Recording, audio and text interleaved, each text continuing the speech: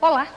De uns tempos para cá, uma nova terminologia, novas palavras que apresentam novos conceitos têm invadido a sociedade em geral e as empresas em particular. Sustentabilidade, desenvolvimento sustentável, mercado ético, que é o nome do nosso programa, governança corporativa. Para conversar com a gente sobre governança corporativa, está comigo o José Monforte, economista, conselheiro de várias empresas de capital aberto e presidente do Instituto Brasileiro de Governança Corporativa.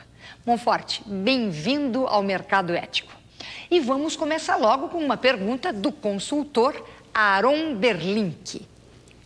Se a governança se preocupa com a continuidade da empresa no longo prazo, como é que ela tem enxergado hoje o problema do planejamento de longo prazo que não incorpora as variáveis de esgotamento ambiental e social? Ou seja, uma empresa que está enxergando 10, 15, 20 anos para frente e não tem nas suas contas de planejamento cenários que levem em conta a necessidade de uma maior sustentabilidade, de um uso mais racional de recursos, de um outro perfil de consumo, como é que elas vão se dar bem no longo prazo? E como é que os governantes, como que está nos conselhos hoje, cobra isso dos seus executivos?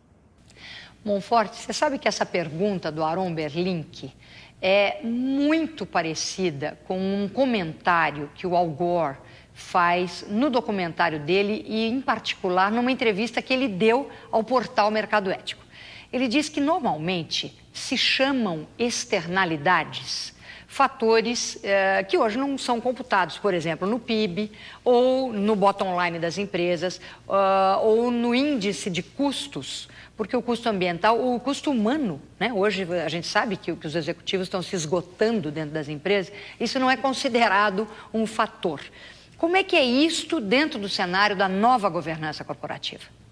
Muito obrigado pela pergunta. A pergunta é excelente, porque ela coloca uma das coisas centrais da governança corporativa, que é se preocupar com um processo de planejamento estratégico sólido, né?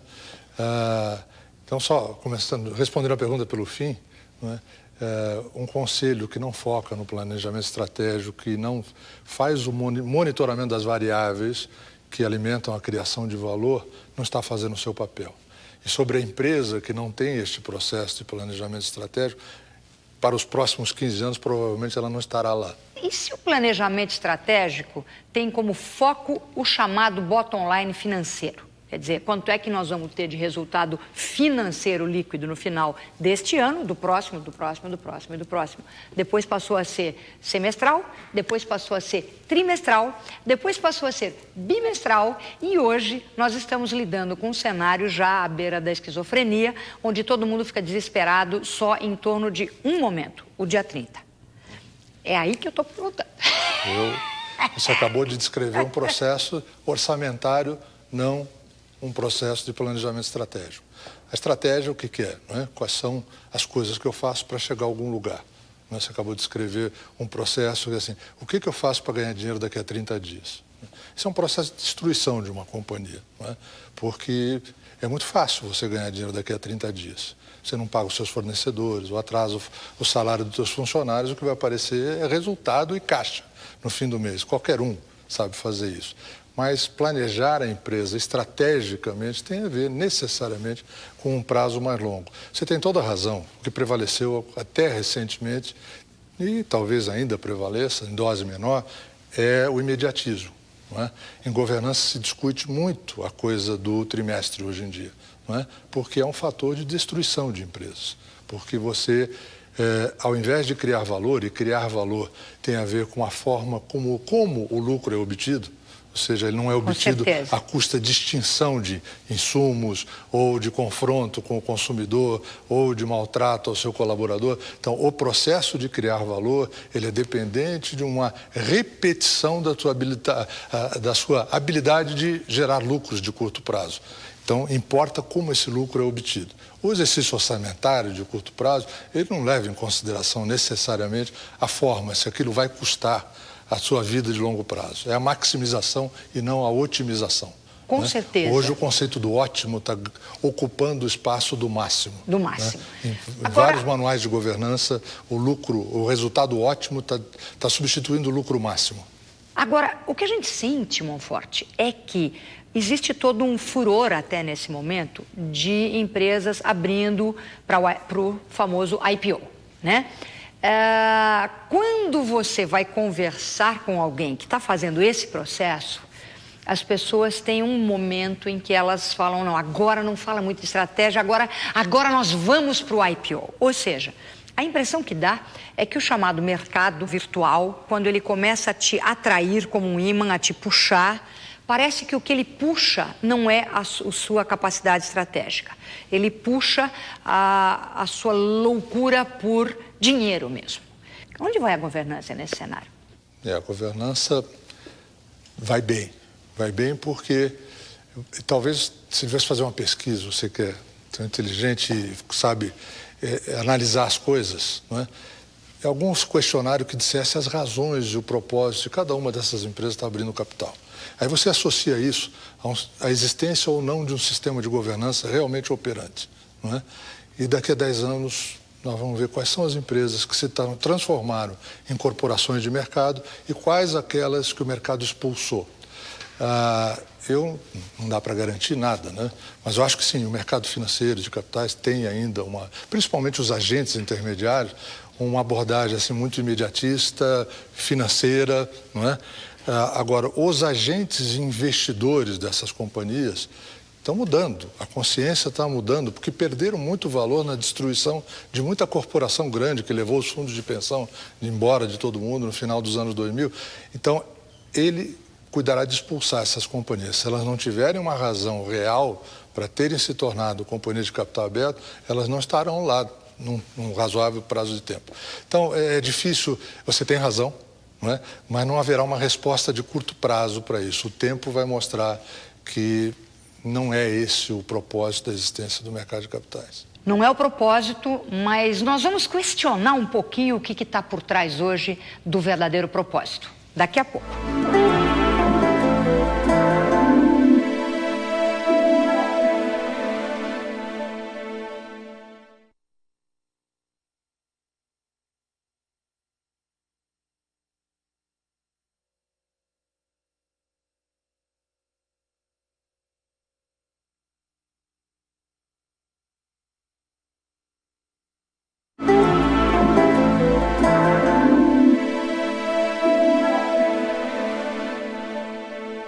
No Mercado Ético de hoje, estamos conversando com o economista José Monforte, grande especialista em governança corporativa.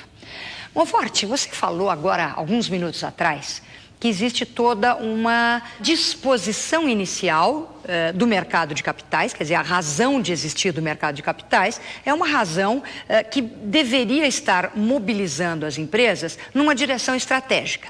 Por quê? Porque o mercado prevê futuro, prevê durabilidade do seu próprio sistema. Porém, você também admitiu que nem todas as empresas pensam assim. Eu mesma observei no meu setor, né, na indústria da comunicação, houve nas últimas uma década e meia, nas últimas 2 décadas particularmente, um grande avanço dos financeiros como presidentes, como CEOs. Então, é difícil você encaixar essa equação. Quer dizer, fica uma coisa de bottom line, 30 dias, no máximo trimestre, versus toda uma série de demandas estratégicas. Para isso, transparência acaba sendo fundamental. Então, eu queria que a gente pudesse ver agora uma pergunta do jornalista Luciano Martins sobre transparência.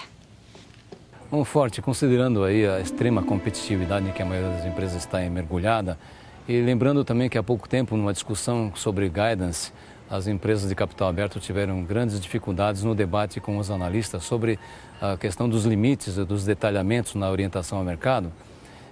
Como é que se define, quem é que define o limite de transparência ou até onde vai a transparência das empresas em suas relações com a sociedade? Qual é o limite, Monforte? Existe um limite? O limite é o quanto eu acredito na minha história. Então, deixa eu dizer o seguinte, essa coisa de guidance no mercado de capitais é uma discussão central na governança hoje. O que é o guidance? Você vai para os analistas e diz, eu espero que minha empresa vá dar este resultado, né, daqui a X tempo. E ele, como você na primeira conversa que nós tivemos, esse guidance foi diminuindo, né? Ele era para o próximo ano, para os próximos 6 meses, e o guidance virou trimestral. O que acontece? O sujeito fica escravo daquele negócio, porque se eu frustrar a informação que eu dei para os analistas, eu vou ser penalizado no preço das minhas ações. E acho que uma informação fundamental aqui é dizer assim, preço da ação para uma empresa que vai precisar de dinheiro para crescer, ele determina o custo do capital. Se eu valorizo as minhas ações, o custo de capital é mais baixo. Se as minhas ações são muito mal cotizadas, o custo de capital para mim é mais alto. O manual do Instituto de Governança Corporativa trata o negócio da transparência de uma forma que eu acho muito interessante. Transparência não é só cumprir a obrigação de disponibilizar a informação, é o cultivo da atitude de se dar a conhecer. Ou seja, o mercado de capitais é uma máquina... Isso é muito sério, é uma máquina que você de desconto. Dizendo. O mercado de capitais é uma máquina de desconto. Eu estava explicando para alguém agora há pouco, é assim, é muito parecido com o quanto você paga por um seguro, não é? Então, a companhia de seguro cobra de você um prêmio muito alto se ela não conhecer que risco você representa para ela. Com certeza. Quanto mais ela conhece o risco, seguro de automóvel comum, que ninguém rouba, tá certo? Por isso que para a mulher é muito barato. Para a mulher é mais barato. Então, tá bom. O mercado de capitais, o agente investidor da sua companhia, aquele que coloca dinheiro na sua empresa, age mais ou menos da mesma forma. Ele fala, se eu conheço a empresa, estou confortável com o nível de risco que eu estou correndo, eu invisto nessa empresa a um custo para ela mais baixo. Agora, se eu não conheço bem a história dessa empresa, se eu estou ligeiramente desconfortável com o risco que ela representa para mim, eu quero cobrar um prêmio, ou seja, eu vou fazer o dinheiro mais caro para ela. Eu até vou investir, mas vai custar caro. Se eu tenho uma história que eu acredito nela, não é? E que deve representar para o investidor crescentemente um risco menor, quanto mais eu transmitir essa história para ele, mais bem remunerado eu vou ser, ou seja, o custo do capital para mim vai ser muito mais baixo, entendeu? Então, a transparência, tomada assim de uma forma muito objetiva e prática para ficar um pouco no ambiente dos agentes financeiros, tá certo? Vai, em última análise, representar custo de capital mais baixo para essa empresa, ela ser mais competitiva e ela ser perene no tempo, porque ela tem custo de capital competitivo. Eu concordo, obviamente, acho que todos nós aqui que estamos ouvindo o Monforte concordamos 100% com essa definição. Porém, por outro lado, a gente ouve também toda hora dizendo assim, o mercado está muito volátil. E aí você fala, nossa, até parece que o investidor virou uma abstração, né? Quer dizer, o chamado mercado, ele começa a ficar tão volátil, mas tão volátil que você deixa de perceber que do lado de lá, estão pessoas, estão seres humanos, ou brincando na maquininha de videogame, ou realmente querendo investir em atividades produtivas. Os números vêm mostrando, por exemplo, que cerca de 98% do dinheiro que gira no chamado mercado de capitais, 98% não é aplicado de verdade em objetivos produtivos, em ampliação da qualidade de vida do ser humano ou do resgate da vida nesse planeta tão sofrido. Então, é um número muito pesado, não é, Monforte? O que você acha disso? Tem coisas aí que eu gostaria de falar e são muito longas, e tem coisas que eu gostaria de perguntar a você também, né?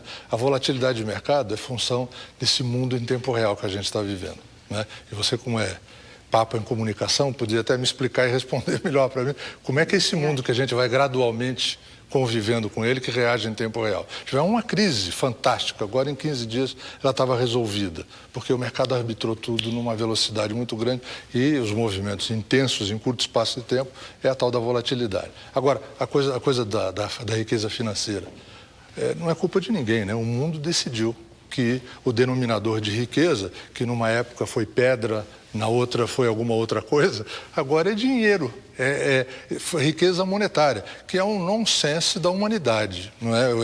É um nonsense da humanidade, não é? Então, a riqueza financeira, o dinheiro foi criado com algumas características, intermediário de troca, reserva de valor, aquelas coisas da moeda que a gente sabe, né? E ele foi transformado agora, né, na época mais moderna, em sinal de sucesso. de riqueza e tal, a um ponto que você vai acumulando sem ter até o uso para ele, como você diz, na economia real. E tem um outro fenômeno, uma outra situação, um desenvolvimento que também é recente, que foi o comportamento das autoridades monetárias, dos bancos centrais. Nós tivemos a crise do Banco do Milênio. Antes dela, aquele fundo de hedge fund que quebrou. Todas essas crises foram atendidas, inclusive essa que nós estamos vivendo agora, com emissões maciças de dinheiro, com aumento de liquidez nos mercados e tal. Então dá para prever o que vai acontecer, tá certo? Mas o engraçado... A mercadoria em excesso de oferta é dinheiro. Portanto, ele tem que perder valor no tempo. O que é o dinheiro perder valor? É esse estúpido da valorização dos imóveis, é a estúpida valorização dos outros ativos. Então não se criam ativos novos, o dinheiro fica girando em torno dos mesmos ativos. O interessante é isso, né, Monforte? Qualquer gritinho de ai ai que o dinheiro faça, ecoa pelo mundo numa fração de segundo, como você disse, e o mundo inteiro corre para acudir. E 70% da humanidade grita de fome, de horror, de sede, o planeta grita de destruição e o pessoal parece que está mais atento aos gritinhos do dinheiro. Mas a gente volta já com mais Mercado Ético.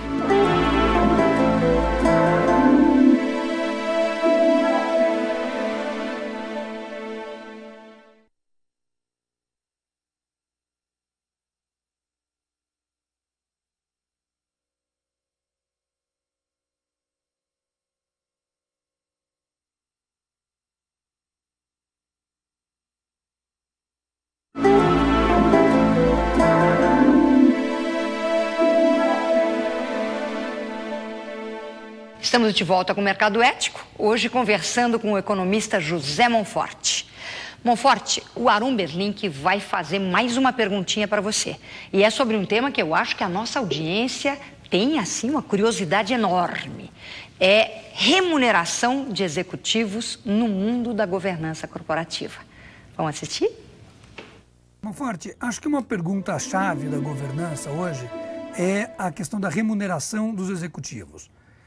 Muitas empresas já estão começando a colocar metas e objetivos ligados tanto à variável social quanto ambiental, além da econômica tradicionalmente, mas a questão é o equilíbrio. Não adianta nada eu dizer que eu dou R$1 para uma pessoa salvar uma árvore e dou 100 para ela derrubar a mesma árvore. Acho que ela vai derrubar a árvore. Como é que o sistema de governança está incorporando esse tipo de questionamento? Quando se fala do sistema de governança corporativa, um dos papéis importantes dele é ser o guardião da cultura de uma empresa. E, juntamente com as lideranças que ele escolhe para o negócio, o conselho de administração e as lideranças executivas são os guardiões da cultura. E disse que a melhor forma de se preservar uma cultura é cuidar dos artefatos dessa cultura. O que são os artefatos da cultura? A forma como as pessoas se comunicam, as formas como as pessoas são remuneradas, e algumas outras coisas. Então, o sistema de remuneração de executivos faz parte de uma cultura que você quer preservar. Os dias de hoje, e eu queria só, nas outras perguntas eu acabei não mencionando isso, essa mudança e que você faz parte dela, é um agente ativo disso, de consciência, é um processo. Não há nada que a governança corporativa possa fazer que vá resolver todos esses problemas no dia de amanhã. Mas sendo a governança corporativa um sistema de decisão, se ele puder vir a decidir mais pelo equilíbrio do todo, aí estaremos no caminho de alguma solução. E o equilíbrio do todo tem a ver com sistemas de remuneração que fazem parte de um conjunto de artefatos que sustentam uma determinada cultura e que dentro dele vão estar os elementos de medição, que... Se a empresa privilegiar o lucro de curto prazo, não é aquela coisa de pagar $1 para não cortar uma árvore, 100 para cortar sei o quantas e dar um lucro de curto prazo, assim será. Agora, a penalidade vem com o tempo, porque essa mudança é um processo. Hoje nós já temos vários tipos de negócio em que a sociedade paga prêmio, tá certo? Para a instituição financeira que presta um serviço consciente, para uma empresa de cosméticos que faz um produto com a base sustentável, para uma empresa de móveis que usa madeira certificada. Todas essas empresas, se você for verificar, têm margens de resultados melhores, não é? Porque o chamado consumidor, o antigo, se tornou já há vários anos o cidadão que consome.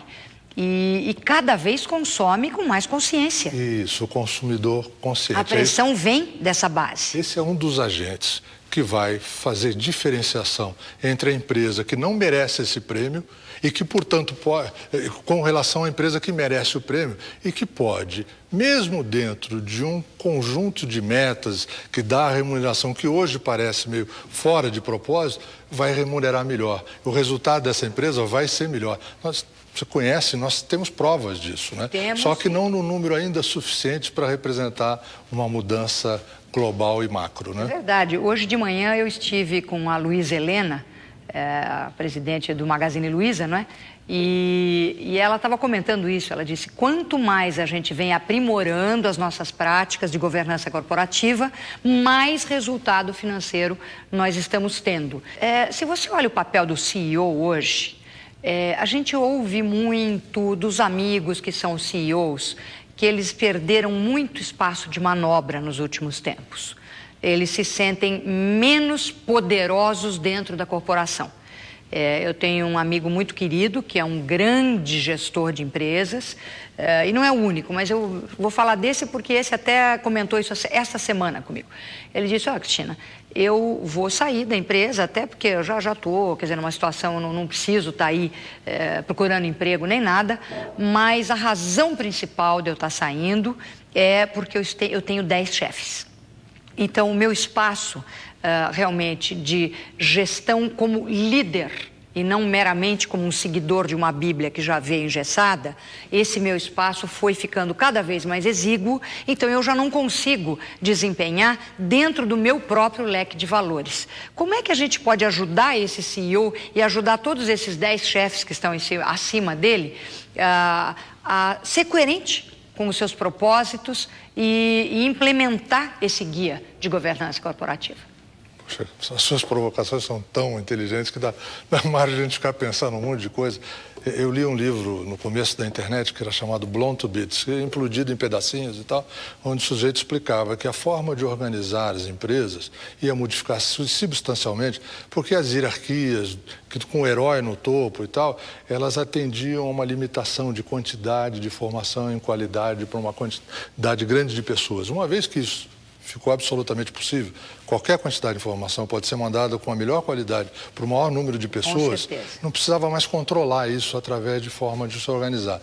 Eu acredito, e ontem estava conversando com o Luiz Ernesto Geminiani, da Promon, que a nova, ela é um pouco de uma referência de como você se organiza e tal, a coisa do colegiado, né, a coisa do coletivo, do compartilhamento, da participação, para a sociedade em rede, e talvez talvez a forma mais correta de se organizar. E os papéis precisam ser revistos, né? O CEO passa a ser mais mentor, ele passa a ser o sujeito que vai buscar as coisas de fora e cria novas coisas dentro. Não é mais uma coisa de comando, é uma coisa de participação e compartilhamento. Até para que ele possa, de fato... Não, você deixou muito claro, porque se você se lembrar, a tua primeira colocação foi já ligando ao aspecto da transparência, né? E num dos blocos você puxou bem esse aspecto da transparência. E para um CEO ser transparente, ele precisa ter a certeza de que ele pode compartilhar. Né? Quer dizer, se ele só pode pensar no bottom line, no faturamento do fim do mês, ele não consegue compartilhar as suas verdadeiras visões, as suas visões estratégicas, né? Porque ninguém vira CEO sem ter realmente se capacitado. Então, você faz todo um esforço, né, de capacitação, de estudo e tudo mais, e de repente chega lá e não pode fazer o que você acabou de falar, compartilhar. Acredito que talvez aí esteja a base da governança. Eu acho que é isso mesmo. Eu acho que passei a pensar assim com o mundo como um sistema vivo e as empresas é só um organismo dentro desse mundo que é um sistema vivo, né? E se você não estiver se revendo e absorvendo nos dois sentidos, de fora para dentro e comunicando para fora e compartilhando essas coisas, você está diminuindo a chance de sucesso, eu acho. E esse sucesso sistema representado pelo desejo de criar valor no longo prazo. De criar valor. Não só para isso, não só para nós, né? Esse nós circunscrito intramuros, né? Corporativos, né? E o nós que é muito mais do que da porta para fora da empresa, né? Os dos muros narcísicos para fora. Esse nós que é todo e qualquer ser vivo, começando pela grande mãe Gaia. Olá, Cristina. Hoje eu vou recomendar um documentário que criou muita polêmica nas altas rodas do mundo corporativo. É o The Corporation, ou A Corporação, que está disponível nas locadoras. Um dos vencedores do Festival Sundance de 2004, o filme é baseado no livro A Corporação, a busca patológica do lucro e do poder. O filme impressiona pelas revelações que apresenta. É assinado por Joe Bacon, que também é autor do livro. A Corporação é uma análise profunda e ácida do mundo corporativo e foi realizada a partir de um estudo sobre crimes corporativos de uma série de entrevistas com gente ligada ao mundo das empresas, com ativistas de esquerda, de direita, acadêmicos, jornalistas, executivos e espiões industriais. Estão nas entrevistas Noam Chomsky, Milton Friedman, Sir Mark Stewart, ex-dirigente da Shell, Naomi Klein, Vandana Shiva, Michael Moore. O filme acaba fazendo a radiografia da psique e do lado doente das corporações que apresentam todos os sintomas catalogados pela Organização Mundial da Saúde. Quem viu esse documentário nunca mais olhou para as empresas da mesma maneira. Vale a pena. Palavra de Rosa Alegria. E na próxima semana nós temos mais Mercado Ético com você aqui na TV Ideal. Até lá!